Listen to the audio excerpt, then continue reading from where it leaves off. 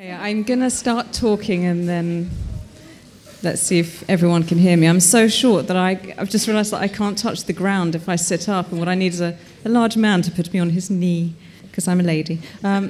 Welcome to Tea with a Lady. We want to have fun with this session because I think that we're up against lots of extremely serious talks, and we're part of a very important festival called WOW, which we are all honoured to be part of. So we've covered today things like women and money, the violence cycle. We've talked about prison reform in India. And today we're just going to talk about the idea of the lady, which is something I pitched last year, and everyone went for it, but we didn't have time to do it last year.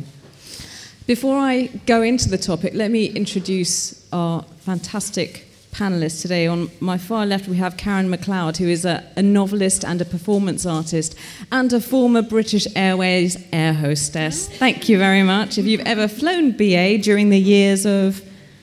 97 to... I can't remember. Ongoing. No, I've left. Watch this 10 face. years. For 10 years, you may know her, but she's also a fantastic novelist, and her last novel was called In Search of the Missing Eyelash. And she's currently writing her next novel, which is about a kleptomaniac air hostess. So, you know, if you lost a pen or something on BA flight sometime 10 years ago, just come up to Karen later. On my near left, we have Anna Blundy, who is a novelist and a journalist and also a psychoanalyst. She was the former Moscow correspondent for The Times, and she's also the author of a series of utterly brilliant, ripping spy novels about a heroine called Faith Zanetti, who's about as far away from a lady as you can possibly get. And she is in part inspired by Marie Colvin. Yes. Yes. The novels are longer than that answer, I promise you. Who we had wanted to mention simply because she's an amazing woman who sadly was killed, and I've been wanting to shoehorn the name Marie Colvin into every panel discussion. Mm-hmm. Please buy these books. They are absolutely amazing. On my far right, we have Catherine Hakim, who is an academic and a writer who works and publishes globally. You may know her for her work on Erotic Capital, which was hailed in some quarters, derided in others, kicked up a lot of controversy, and we might mention that a little bit. But she also has worked very heavily in issues of sex and gender and the workplace and the workforce. Finally, on my near right, we have someone who you will probably recognize. It's Rachel Johnson, who was the editor of The Lady for several years, wrote a very hilarious diary about it and published it called Diary of a Lady. But that's how I know her, because I wrote a long piece about it. And she is now editor-in-chief of The Lady magazine. The Lady is one of these publications which has survived for many, many, many decades for various reasons. And it was this that sparked this idea that why is the idea of the lady so long-standing? I'll talk about 2 more sentences, and then you're going to hear from the panelists, and I'll say as little as possible after that. We're living in a time of a resurgence of ladyhood. So you have something like The Lady magazine, an interest in which has been sparked by the book around it. We have details like crafts. We have details like floral prints. We have the rise of designers such as Cath Kidston, and this is not to diss any of these people in any way. In fact, we're going to talk about different interpretations of it. You have Nigella Lawson bringing out a book called How to Be a Domestic Goddess, and you have a reclamation of women designers like Laura Ashley, who was enormously derided when she first came out, and now people are rediscovering her work, and I personally think she was a pioneer and a very able designer. So you have a kind of reconsideration of what being a lady is. And some people say, well, it's belittling. To say that you're a domestic goddess is to basically push women back into the house and say, okay, you do these arts and crafts and don't think about bigger issues. And other people are saying, no, actually being a lady, however you interpret it, is a very, very strong female identity. It's about saying, look, I reject the crudeness of the way women are represented in culture and the arts. And I want to reclaim something which is much more self-directed. It's not to do with fashion, it's not to do with outer culture, it's to do with creating something for myself. So it's about building women's territory and reclaiming women's skills. Let me begin by asking Rachel Johnson, do you think that there's been a resurgence in the idea of the lady in recent years? Well, I mean, I agree with a lot of what you say, and as you were talking, I was thinking, if there is a resurgence in the sort of chicness of, lady things and, Cath Kidston pinnies and craft and baking and so on, does it actually suggest that feminism has lost its way? I mean, are we just sort of finding another outlet for sort of female energy and a female wish to express ourselves without, being told what to do, essentially? So, the whole Cath Kidston, Kirsty Allsop cult, who I found out via Wikipedia. Can I just say, they're cousins. Are they cousins? If Wikipedia says it, it's true. You mean there's actually there's a lady bloodline? Yeah.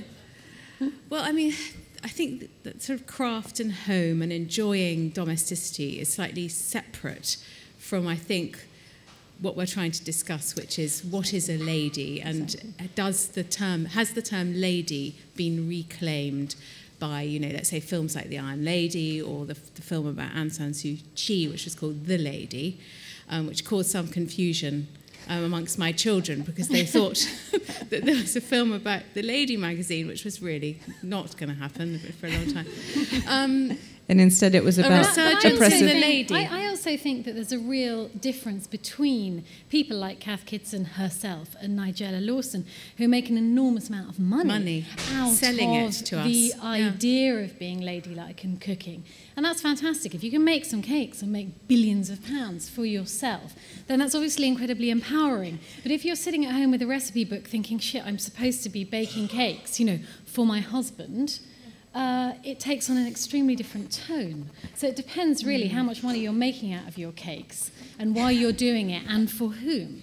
And I'm going to come back to you in a second, but I want to just go back to Rachel because you were talking about... I think that, So if there is a resurgence in the sort of resonance of the word lady, which I don't think we're all agreed on yet, even though the Lady magazine is now out there more than it was, but that's completely separate. I mean, I think a lot of our problem is the fact that it's being called The Lady because people don't want to be seen carrying a magazine called The Lady because it's as if they are in some way posh or aspirational or fuddy-duddy or unrealised in some way.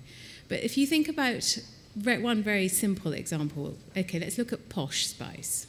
I think she's quite a good example of a sort of trajectory, which is that she was a Spice Girl and she wore kind of short skirts and cleavage and fake tan. And now look at her. She has gone lady. So what I think we see is, in terms of fashion... but she's got old. No, she hasn't gone old. She's still that's 30. outrageous. She's still 35. Okay, but... No, but I'm just trying to use one example so we can get a handle on what is a very, very strange concept and a very strange word. Nobody goes around saying, is that man a gentleman? But we are all, we all have to question whether we're ladies. Why? Anna, yesterday in a panel, one of the questions was a very good question from a guy in the audience. He said, how can we have more feminists? How do we kind of bring up the next generation? It was a very positive question, but he ended it by saying, yes, how can we have more of these lovely ladies like yourselves? I told him off. Yeah. Couldn't help, I told him off. That's the virtue of age, you can tell people off, basically.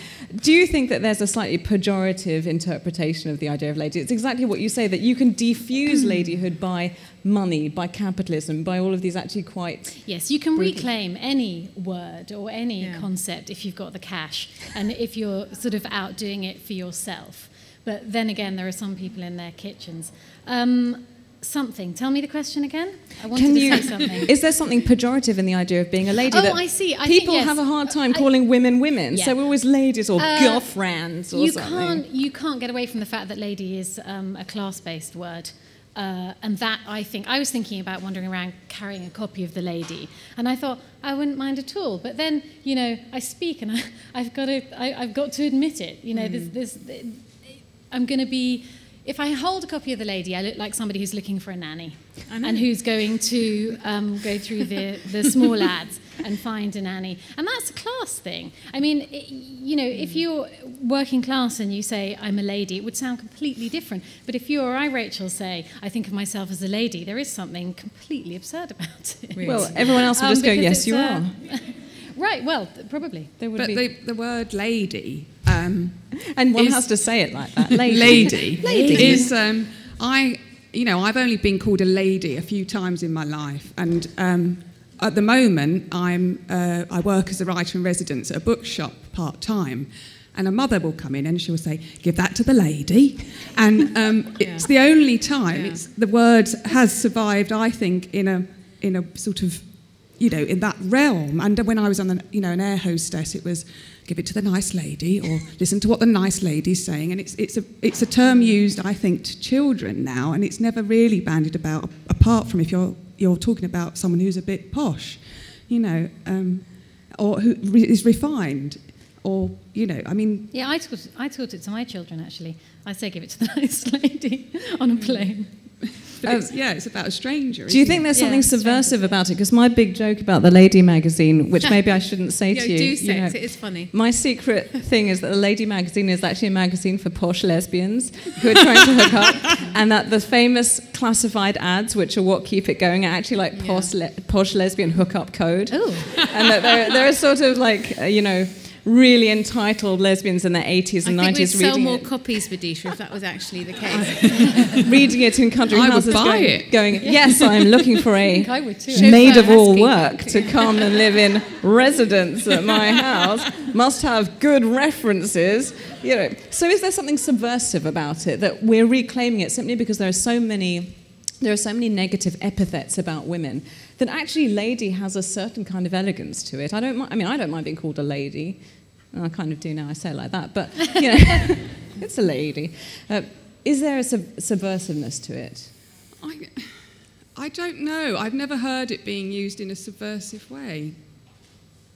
No, I don't think so. Do you really think so? Because No, because it's in my view, it's really a very fixed idea.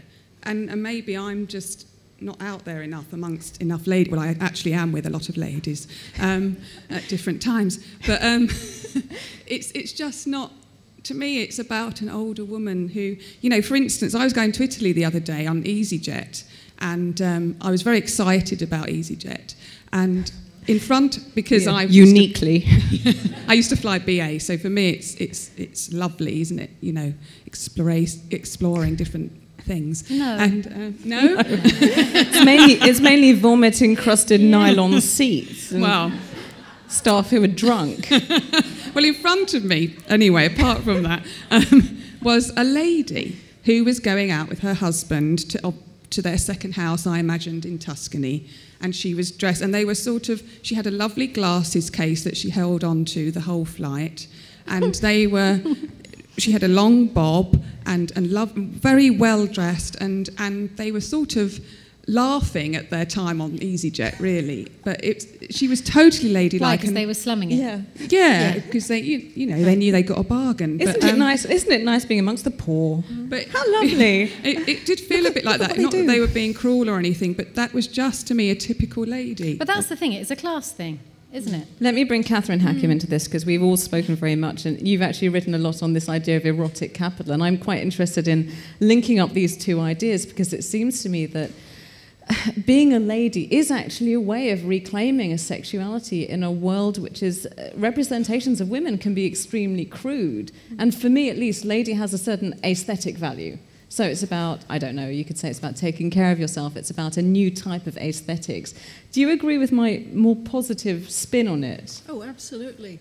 The way I see it, my concept of a lady is someone who is very well groomed, stylishly dressed, is confident, and has extremely good manners, is courteous to others, considerate of others.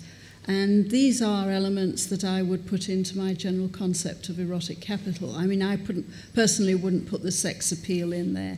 Beauty is an additional element if you've got it. But you can be a lady and have all of those things, the confidence, the good social skills, the good manners, the stylish dress, the elegance towards other people. And my whole book is about arguing about why we've overlooked the fact that social and physical attractiveness are tremendously important in day-to-day life.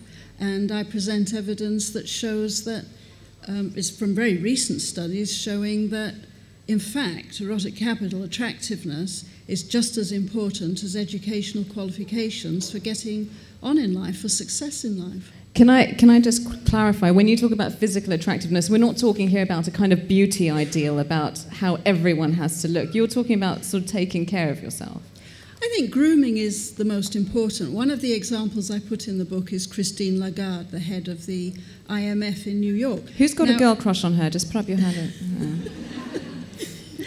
I mean, I do think French women know how to do it. The other example I would give today would be Carla Bruni. And in a way, I would say... plastic surgery, though. You're talking about yeah, it's not about beauty. beauty. And the other Yet one, she's had and tons the of work. This is not a bitching she's session. Photogenic. If you're fussed about plastic surgery, that's your problem. The other example I would give is Michelle Obama.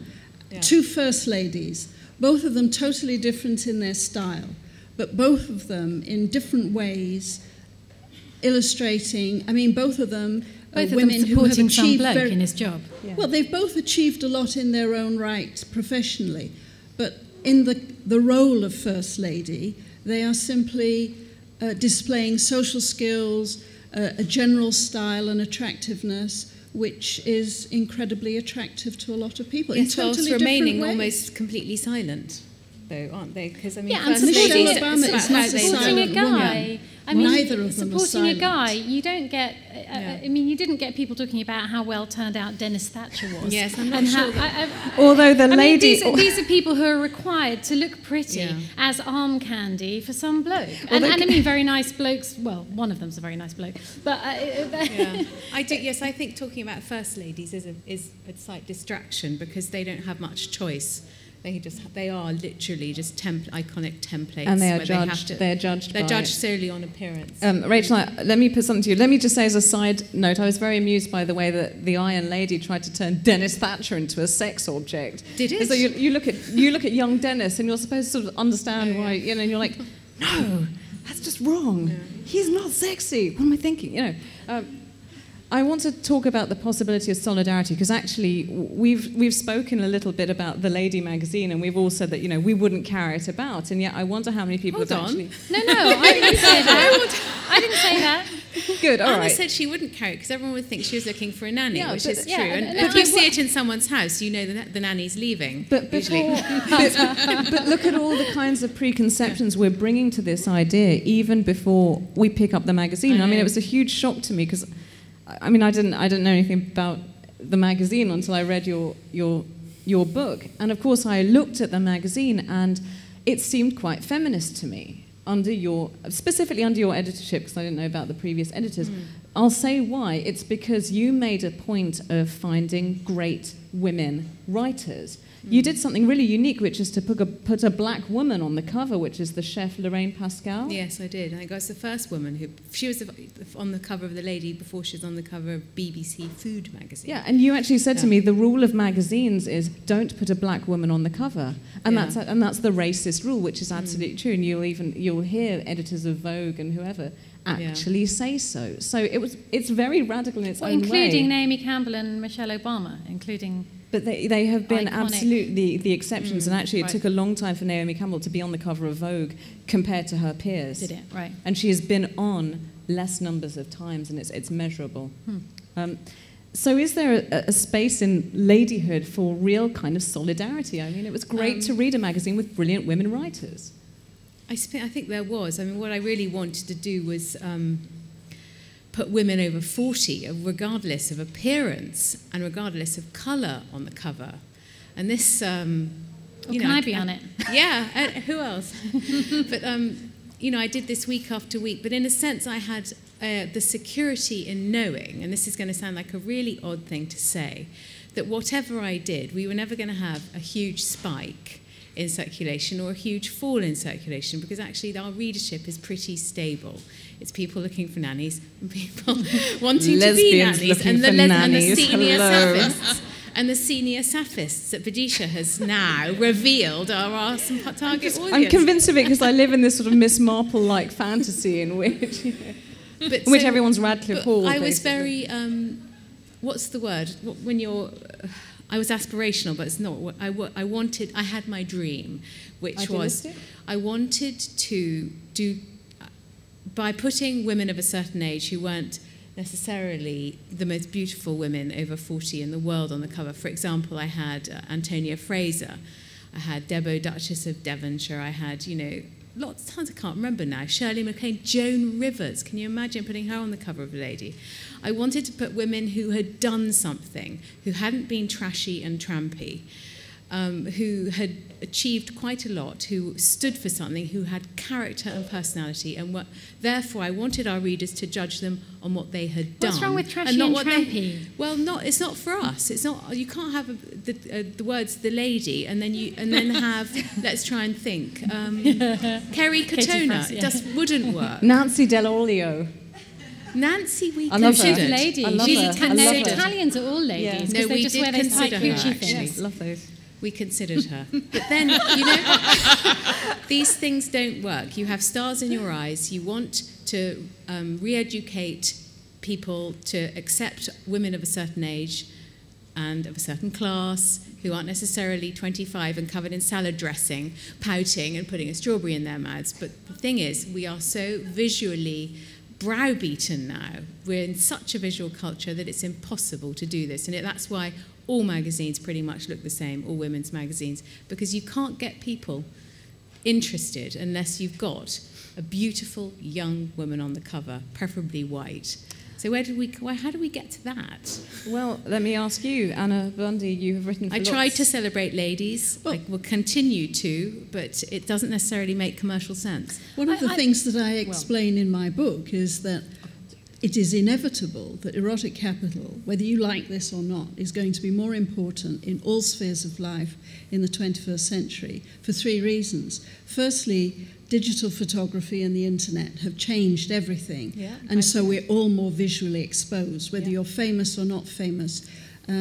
10 years ago, if you did a Google on my name, it was just articles I'd written. Nowadays, they're also photos. Images, yeah. You can't avoid that anymore. Everyone is more exposed, and Facebook does that for absolutely everybody. That's one factor.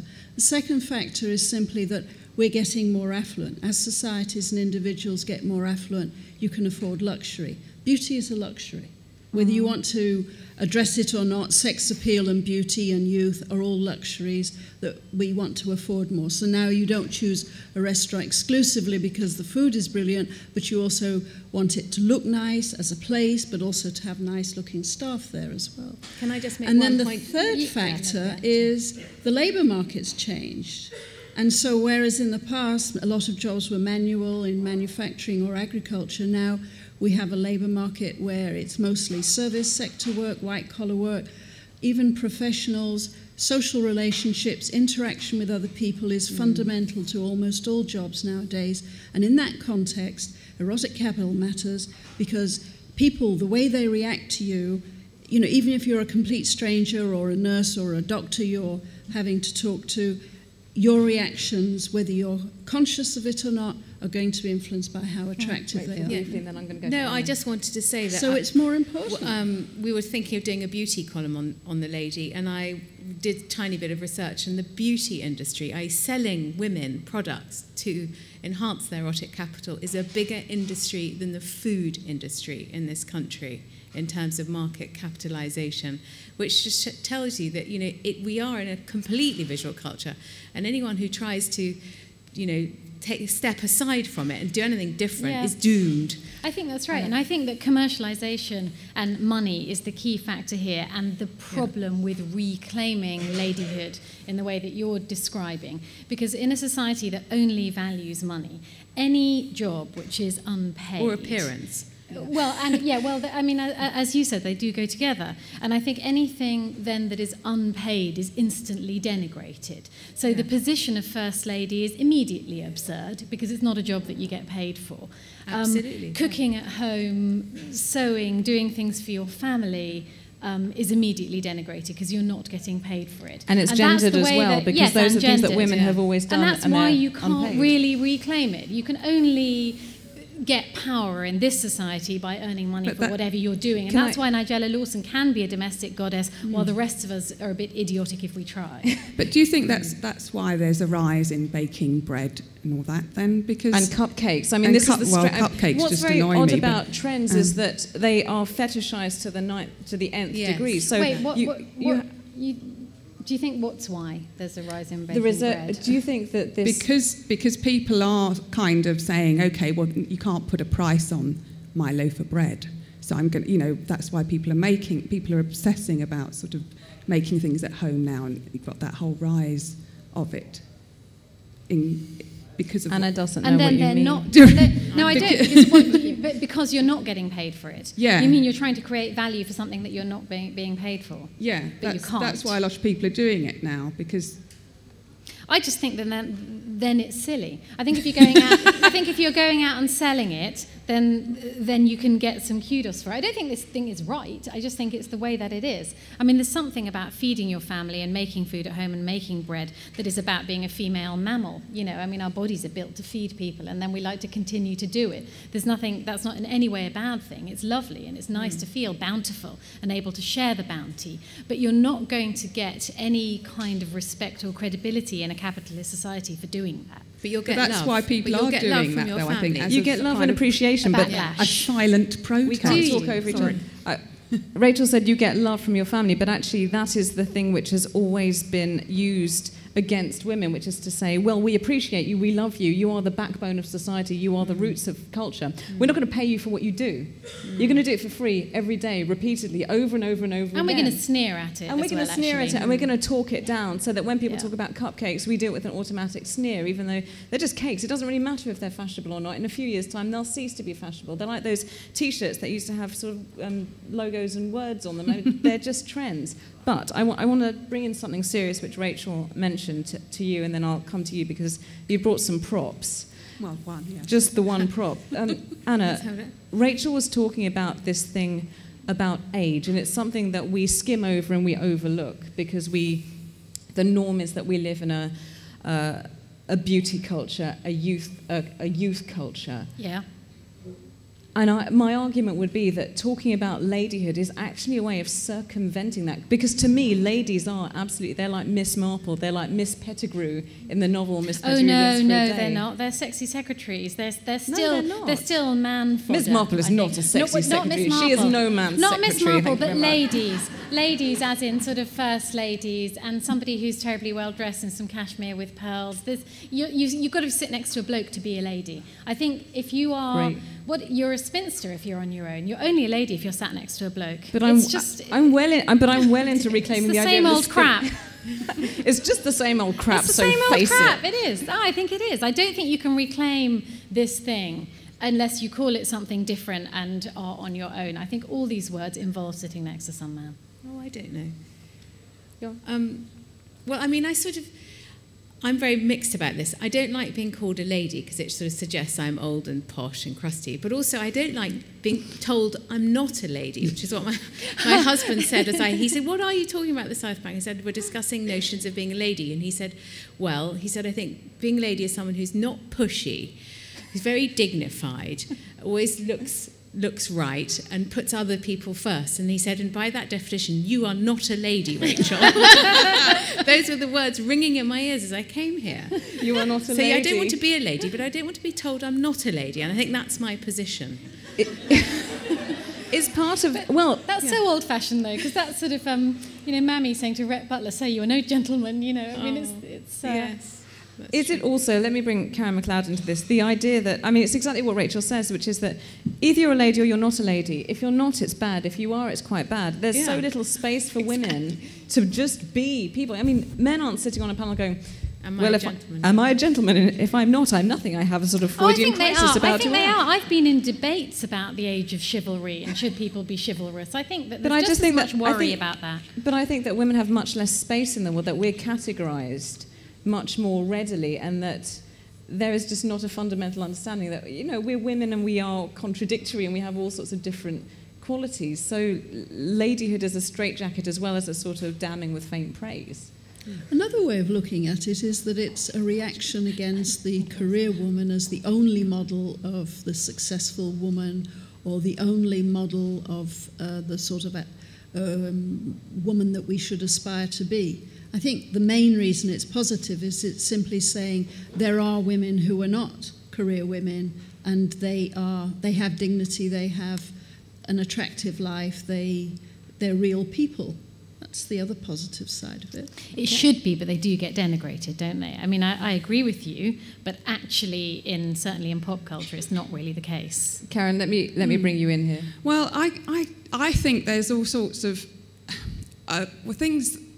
Basically, there's all sorts of pushing you into corners going on at all times, and I was just writing a bit of my blog last week about in the 90s being gay and it being a very sort of masculine-dominated place to be, and if you were feminine looking, you were basically sort of frowned upon. And then I sort of was looking into that because I mean, this isn't really to do with lady, but it's to do with gender. So I also at that time was trying to impersonate being a drag queen. Because of being You're trying to impersonate being a drag queen. I was impersonating being a drag queen, inspired by Julie Andrews and Victor Victoria. I was looking into I suppose, femininity and dressing up, and that idea of how dressing up as a woman, it really does, you know, if you go a little bit too far, you do become like a drag queen. And so I decided I would try and see if I could convince gay men if I was, you know, I was a drag queen. And I went across to Australia. Yeah, you've just added another layer. You're impersonating a drag queen who wants to convince gay men that you are indeed well that's what Julie Andrews was doing in the film, so it had to be the same as her. But I went to Australia, to Sydney, where the land of the drag queen, and got booed off the stage because they knew I was inauthentic. But I just feel this.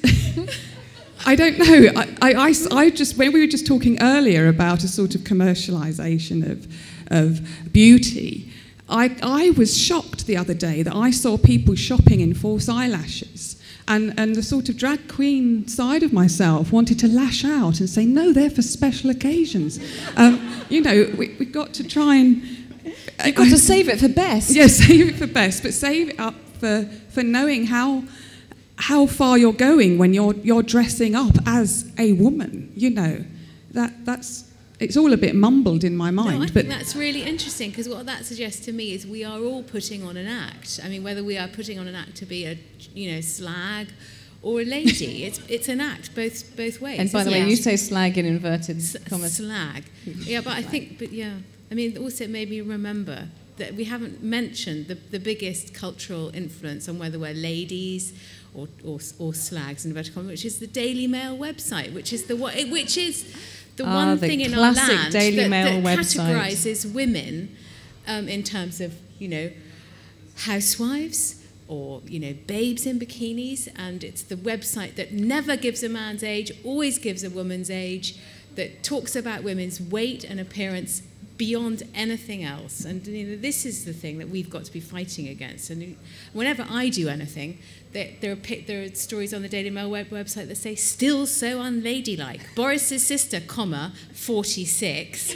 It's like, this is... I can't believe we're sitting here talking about being a lady when what we should be doing is getting that website banned. Let me just say... Yes. Let me just say, if anyone has not been on I'm going to bring you in a second, Anna. If anyone has not been on the Daily Mail website, it's a classic. No. Do. It's a classic. If you want to feel terrible about yourself, but also weirdly and all other women. Yeah. Weirdly very addictive. It's very addictive. They have this long strip of a little comment and a picture going, so-and-so in a bikini, too thin, so-and-so in a bikini, flaunting her curves, too fat, so-and-so, mother of 4 dies in accident.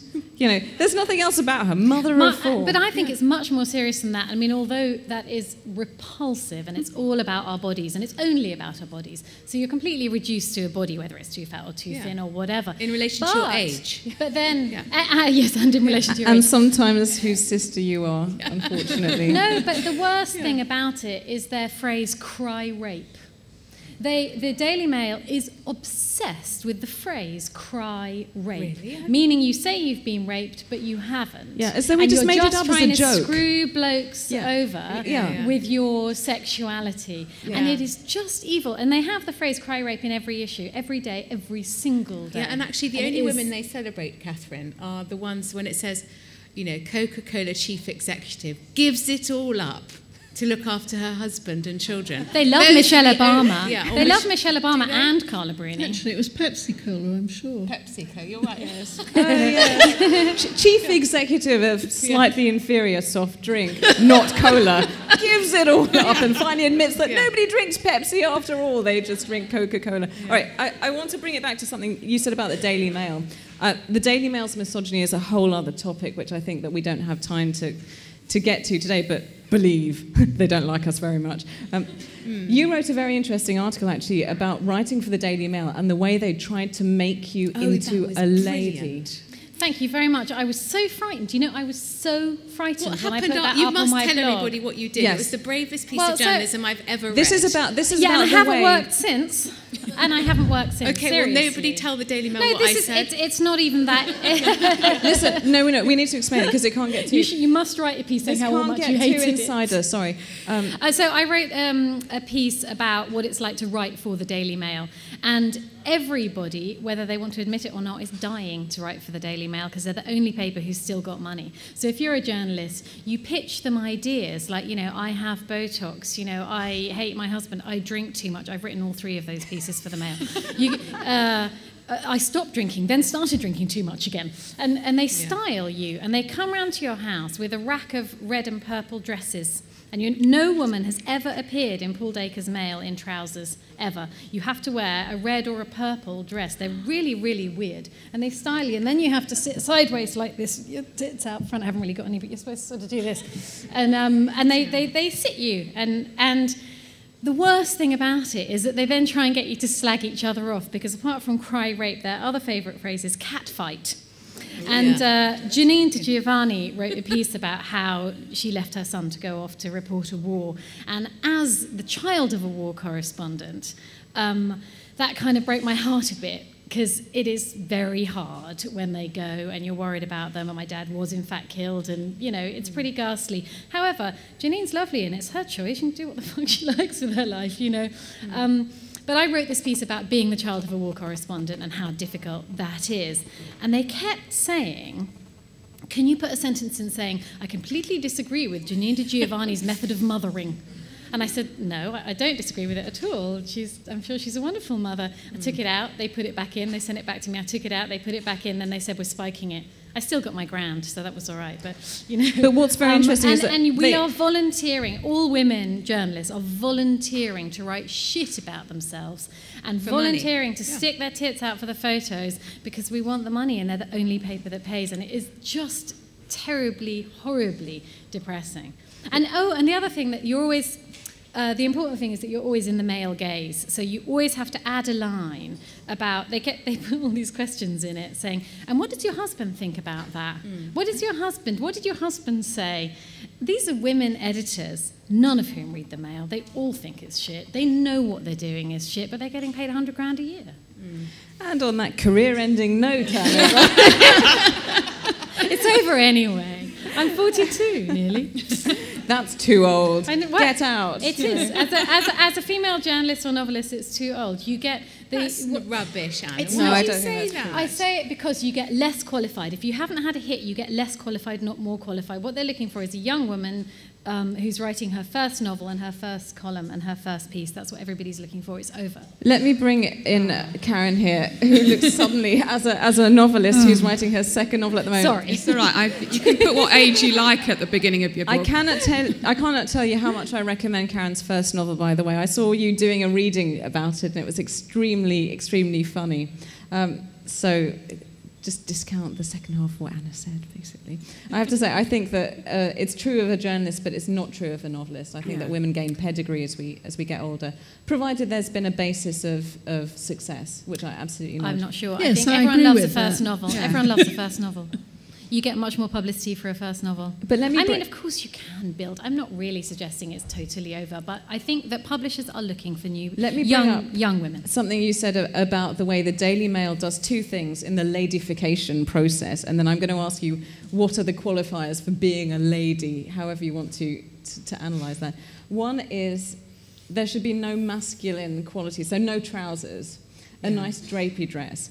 Number two, it should be setting women against each other. And this goes against my interpretation of the lady, actually, but I want to hear yours. And the third is deferring to the male figure in your life. Is that why you critique the notion of the lady? I've tried very hard to kind of make a stand for it here. What was the question? Why are you slagging ladies off? Why am I slagging ladies off? Why are you slagging off the ladies? I'm not slagging off women. I'm just slagging off the concept of the lady. Because to me it's alien into my life. I've never... It's shoes that I wouldn't wear, it's hairstyles I wouldn't have. I don't know, it's just... I know that's... To me, there's not a resurgence of ladyhood that I can see in my life. Do you think that what it really is a resurgence of conservatism? I think conservatism, is a better word. What do you mean by that, though? Well, I mean, for me, just noticing lately that all my friends who, a lot of them are lesbian, have got married, and there's... started wearing aprons and to men. To women. Oh, right. And I sounded really weird. That would be a all surprise. my lesbian friends have married men and have started wearing clothes, and this strange Stepford wife. Very frightening. Anna, you're so innocent. I've got to get this out. But my girlfriend brought this home last year when she moved in. It's lovely. And it's lovely. It is the only thing of Catkinson in my house, and I didn't think I had anything. But when I suddenly thought, the peg bag, and I mean, this doesn't really say that me and her are conservative, because I wouldn't wear it out. But don't think it would fit me. But it's just a nice place, because we both have differing views on pegs. I like a plastic, she likes a wooden. So there we go. That's marriage. But what I love about that, hold it up again, is not only is it a peg bag, it's a peg bag shaped like a dress, like a baby's dress, with a little bow around it. So it's this total conflation of being the mother and being Makes in me the really kitchen. want to get a peg out. you can have a peg. It does. It does invite sort of There's peg quite grabbing. lovely about it, actually. We would very much like to hear from you. I have one more question which I'm going to put to the panellists, and then we'll have about 10 minutes for questions. Please have a comment or a question in mind. Please also bear in mind this was absolutely meant as a light-hearted thing, and I think that we have had some fun. There has been some laughter in the room.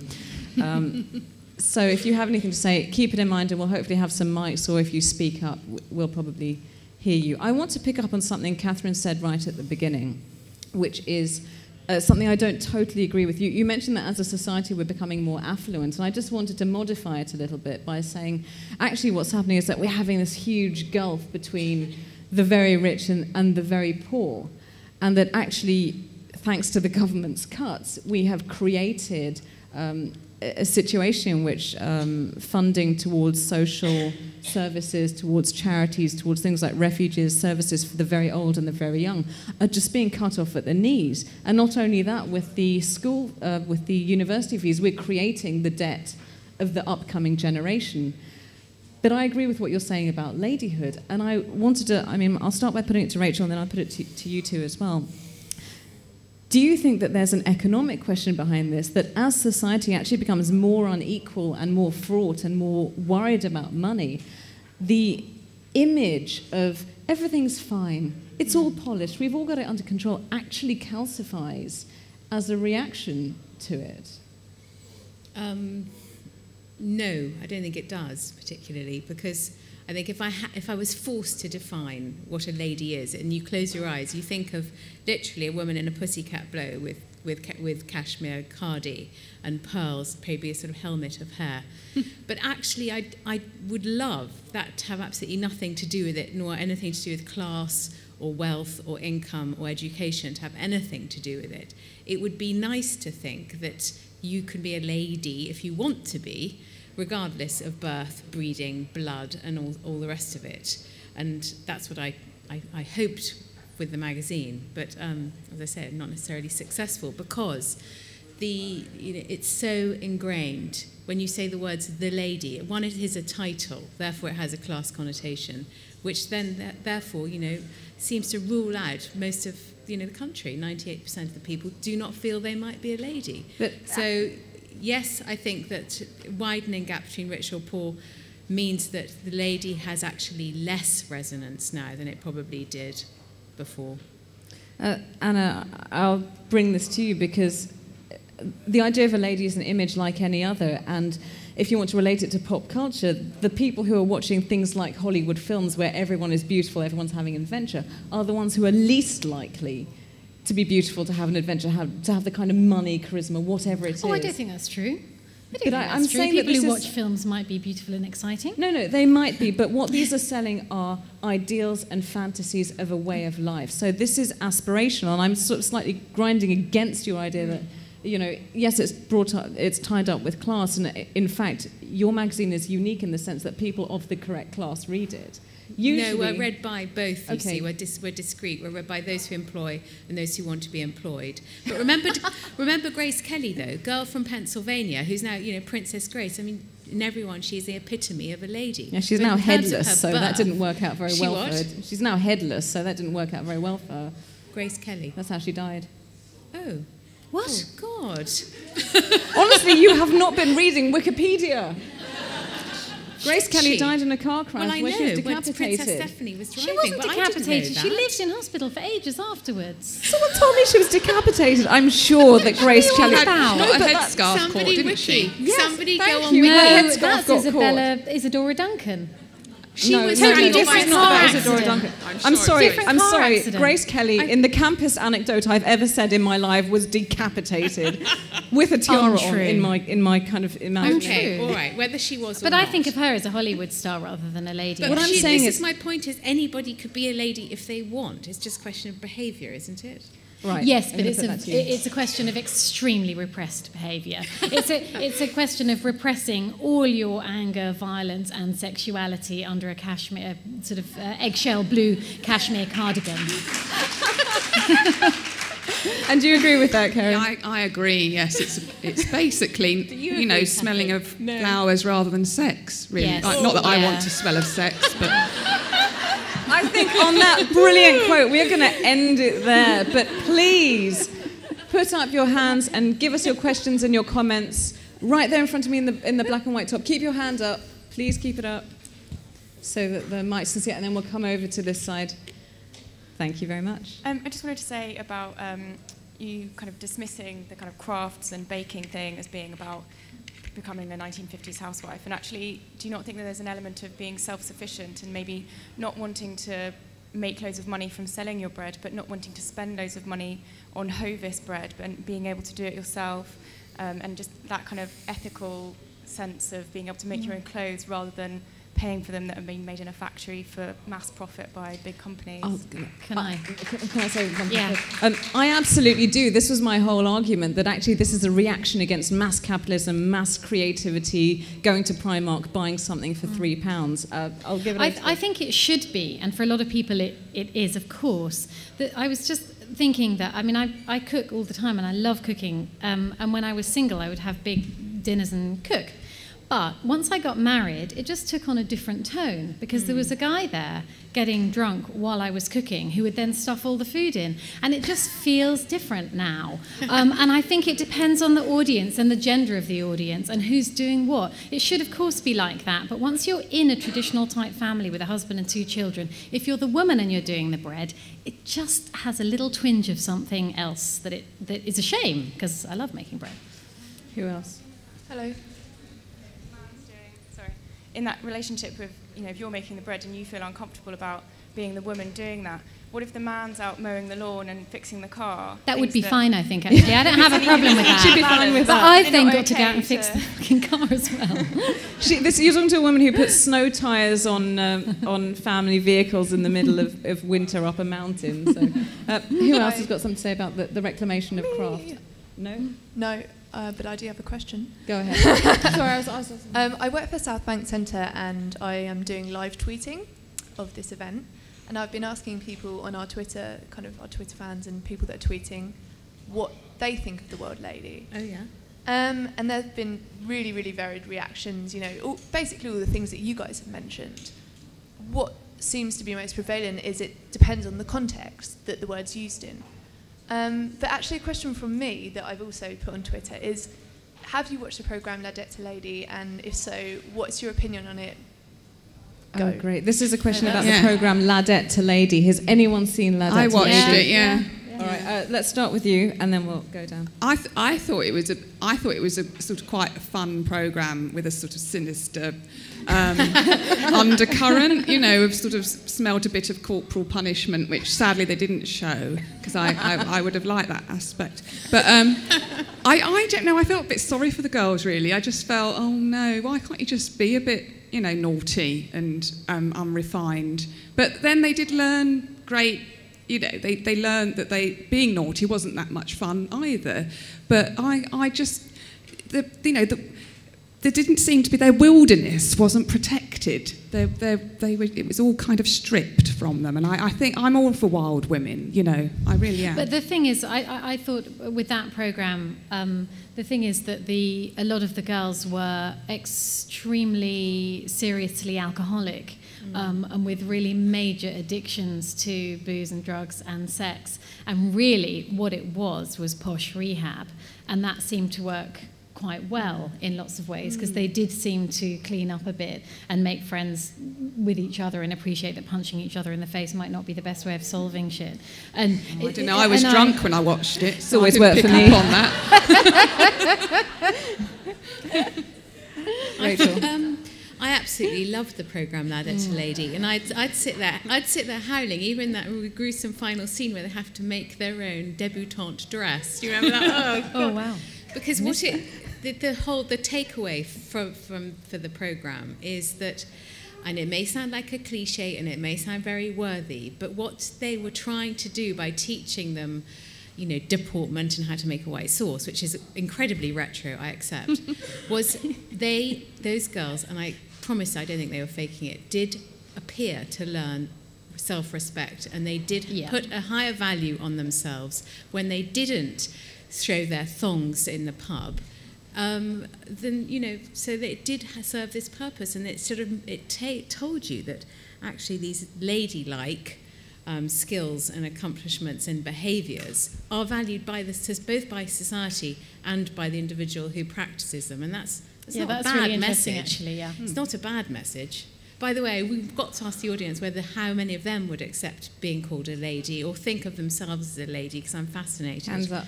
That's my question to the audience. I sort of don't mind. Depends. It depends on the context. Depends who's saying. No, I don't think they're putting their hands up anyway, Bidisha. Yeah. Let them. Quite a few ladies. Only a few tentative hands went up. I don't mind being called a lady, except that when I'm running, I blow my nose and I spit. we like that. Okay, we had a question over there. You got the mic right there. Yeah, I did. So I've heard a lot of what you've been saying being about a lady as that which is not a slag. And a lady as somebody who perhaps is not promiscuous. So I'm wondering maybe when we're looking at that, and that perhaps is a really, really problematic notion for women as sexual beings, perhaps that queer femme identities could be subverting that in some way and taking this out of the context of the male gaze and taking dresses and prettiness and the colour pink into a sex-positive context, into a queer context, and into a feminist context. Thank you. This is what I've been trying to do, and you can't say that I haven't tried very hard to try and queer this narrative. I mean, we've had like drag queens. We've had decapitated Grace Kelly's wearing actual tiaras, which is clearly a fancy. We've had The Lady rewritten as an actual lesbian magazine. But you see, I didn't understand that at all. I didn't know. I didn't understand. Anyway. Do you think that there's a way of queering the narrative of ladyhood, which is exactly what I have been trying to do with this? Well, I mean, I think as a lesbian, as a feminine lesbian, you kind of step outside of a lot of, you know, especially how you think of a lady as being on the arm of a man. Yeah. And I think it is, it's totally subversive still, I think, to be a feminine lesbian. And I did go through a period of calling myself a lady, but I could never say it as lady. I would say lady. A lady, and then exactly. David Williams you know, picked up on it and stole it from me. So I just I think that's. But that's that's a small movement, isn't it? I mean, that's in the corner of a dirty club. you know. A small movement in the corner of a dirty club, you say? Okay. No, I'm going to get told off for that. To answer your question, this is exactly why we did the panel, to see if there was a way of sort of queerly interrogating the notion of a lady. I maintain, despite what people say, that there absolutely is. I do want to point out that when we said slag, it was absolutely to critique the idea of the way that word is used. I don't think anyone here would ever call I think I'd rather be a slag than a lady. Yeah. Well, you are. Who else has got a question? Right in the... Okay, let's go to these two people in the middle, and then we'll come to you at the back. Oh, you've already got the mic. Okay, then we'll come forward after that. Okay, hi. I'm Lynn Parker. I run a company called Funny Women. We're here in the other room. Comedy is probably seen as one of the most unladylike professions. And I'm just interested in the panel's view on it. I mean, I have to say we see all types of women. I've had the most wonderful lady in her 60s in my competition last year. And we have ladettes, we have everything. I mean, it's just for everything. But comedy is seen as extremely unladylike. Just to throw that in. Oh.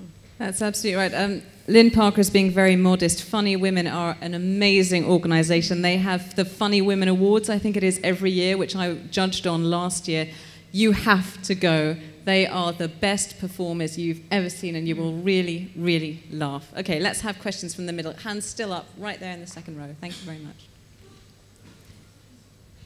Thank you. Wait, we didn't answer. Oh, it wasn't a question. Yes, it was. No, it wasn't. Oh, all right, sorry. I thought it was a question. Well, actually, just kind of off, this wasn't really to do with my question, but off the back of that question, I was just wondering whether or not kind of funniness and being a lady can be compatible in a kind of witty social dialogue kind of way, rather than a kind of brash, I don't know, toilet humour kind of way. I think there might be a particular brand of ladylike comedy, perhaps. But my own question was, you've talked a little bit about kind of sexuality and being a lady, and it's seen as something, you know, very almost quite repressed. It's all kind of covered up underneath up the... Exactly, you know, aside from the kind of La Perla lingerie matching sets. But I was wondering whether or not, because of that, because of the kind of sexual repression, there's more media scrutiny on people who are considered to be ladies because of that. I mean, you can't have an article about Pippa Middleton that doesn't mention her bum in the next sentence. So I was wondering whether or not you thought there was, as I said, more scrutiny on the ladylike figures to try and find a point at which they crack, find a fissure in their image. The Mail calls her bum her derriere, so as not to have to say bum or arse. Great question.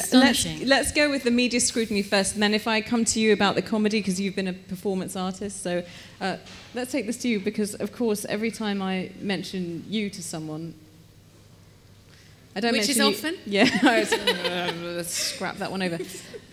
Yes, there is a sudden sense of judgment brought to... Yeah, no. I mean, I'm probably not going to edit the lady, because I can't bear to be compared to this title all the time. Anything I do is seen through a prism of, is it ladylike or not? While you were talking, I was thinking, you can't... I think that there's a false distinction between being ladylike and being desexed. I think that's not how I see it at all. I mean, think of Princess Margaret, Lady Diana, Catherine Hepburn. These are people who are ladies, but they were actually incredible goers, but they remained ladies as well in public sort of sense of who they are. So I don't think, to me, I would hate being a lady to be sort of a desexed, you know, woman in pearls. But this is really Catherine's speech, let me take that to Catherine. Yeah. Do you think that the more perfect the image, the more scrutiny there is, because, of course, the most perfect thing has the highest... No, I don't see this at all, because sex appeal is... You've either got it or you don't have it, but I don't think it's at all intrinsic or essential to being a very attractive person. And when I started, I defined being a lady as self-confidence, social skills, knowing how to talk to people, courtesy, charm, and also being stylish in whatever way you choose to be stylish. That sets the bar very, very high for women. I don't think that's about sexuality as such. So it might be in there, but it might not be. And I think it doesn't really, it's not essential in any way. Let me put this down. I mean, as I said, that sets the bar incredibly high for women. It's a bit like being Brie in Desperate Housewives.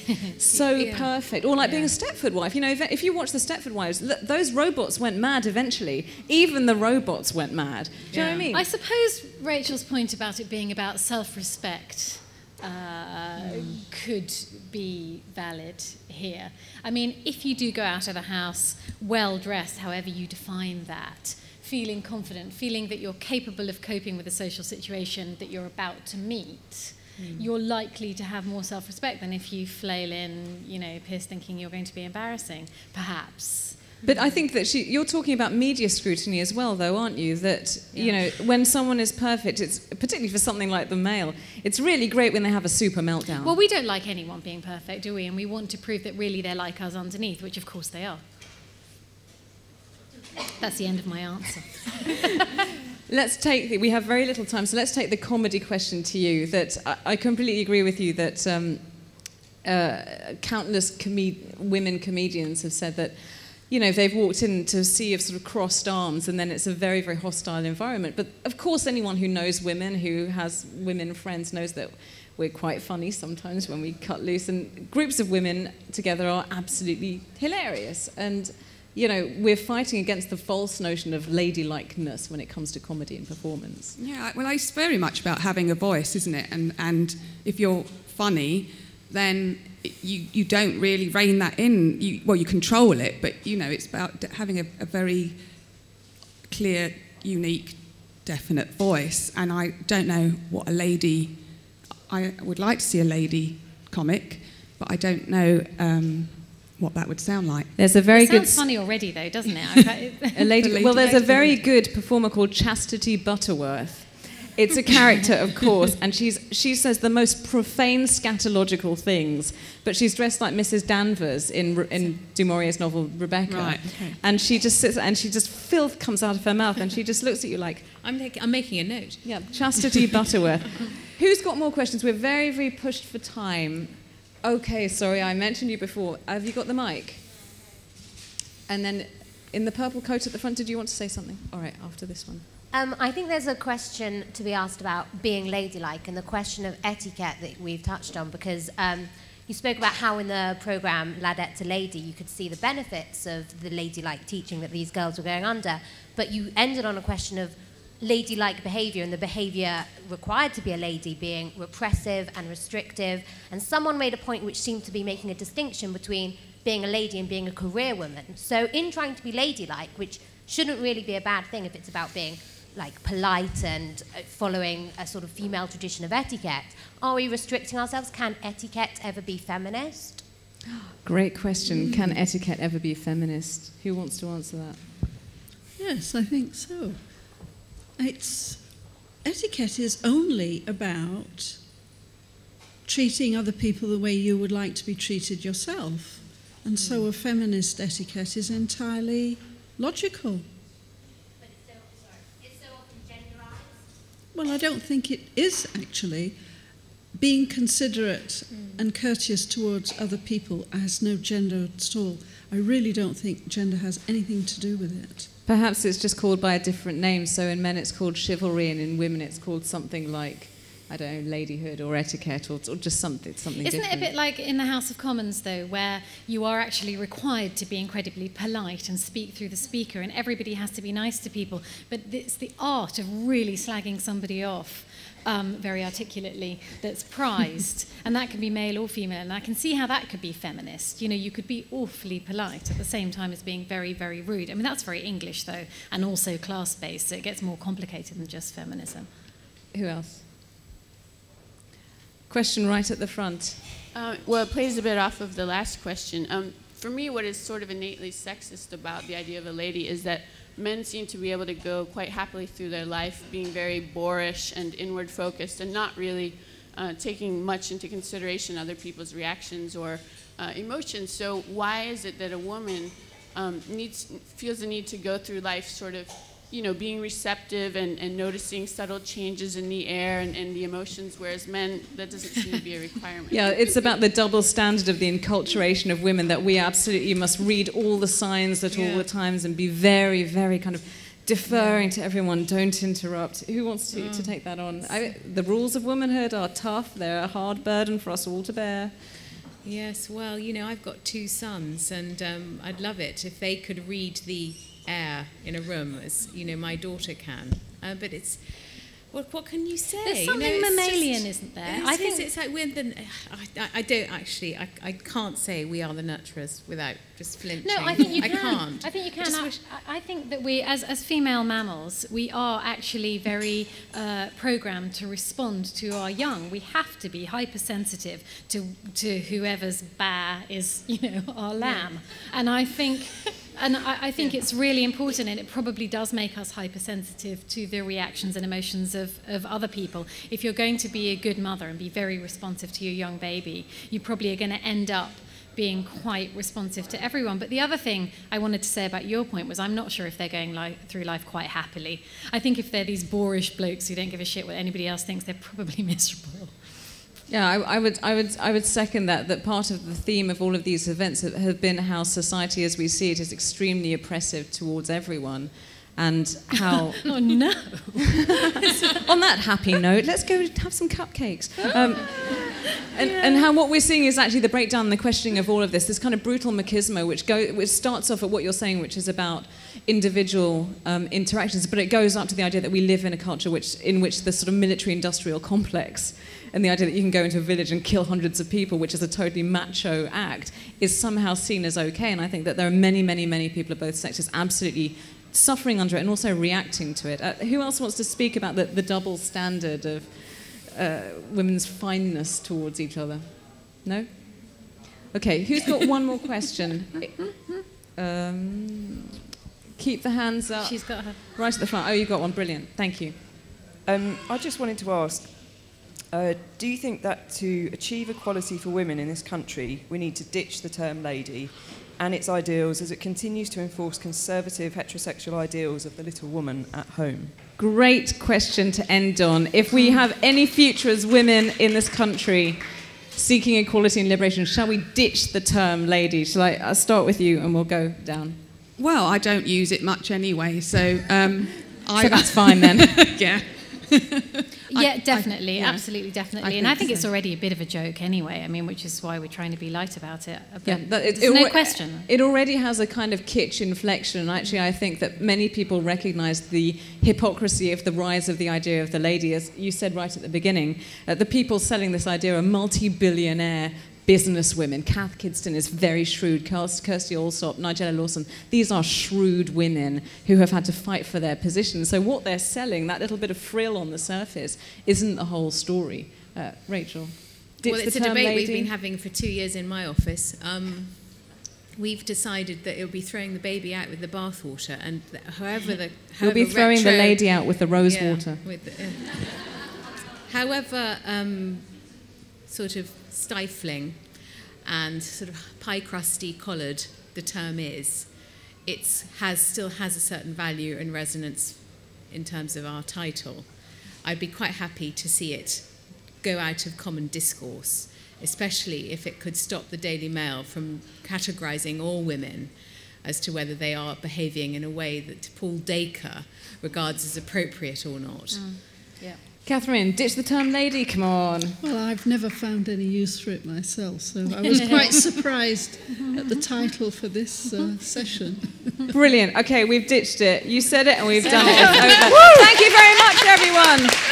Karen McLeod, Anna Blundy, Rachel Johnson, Catherine Hakim, I'm Bidisha. You've been an amazing, lovely, wonderful audience. Go and drink some tea like a lady. Lovely ladies.